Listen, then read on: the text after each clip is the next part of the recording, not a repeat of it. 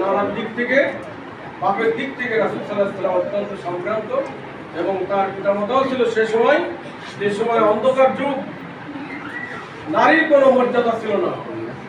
মানুষের খুন খারাপি রাহাজানি লুটতরাজ যেটা প্রতিনিয়ত ঘটনা ছিল, সে সময় তারা ছিল শ্রেষ্ঠ সন্তান ওই জাতির ভিতরে। তাদের ঘরে জন্ম নিলেন আমাদের রাসূলুল্লাহ সাল্লাল্লাহু আলাইহি ওয়াসাল্লাম। কারণ রাসূলের নাম বললে কি বলতে হয়? সাল্লাল্লাহু আলাইহি ওয়াসাল্লাম। যে দুরূদ পড়ে না, আল্লাহ রাসূল বলেছে তারপর নাম, তাহলে আমরা পড়বো, তাই তো? রাসূল সাল্লাল্লাহু আলাইহি ওয়াসাল্লাম জন্মগ্রহণ করলেন, সে সময় সম্ভ্রান্ত পরিবার, তাদের ঐতিহ্য ছিল এই পরিবারের সন্তান গ্রামের সুন্দর পরিবেশে তাই লালিত পালিত হবে। শহর থেকে গ্রামে যাবে, খেলাধুলা করবে, মাতৃ ছেলে লালিত পালিত হবে, ছাত্রী মায়ের এরকম বিধান ছিল। রাসূল সাল্লাল্লাহু আলাইহি ওয়াসাল্লামকে সে সময় অভাব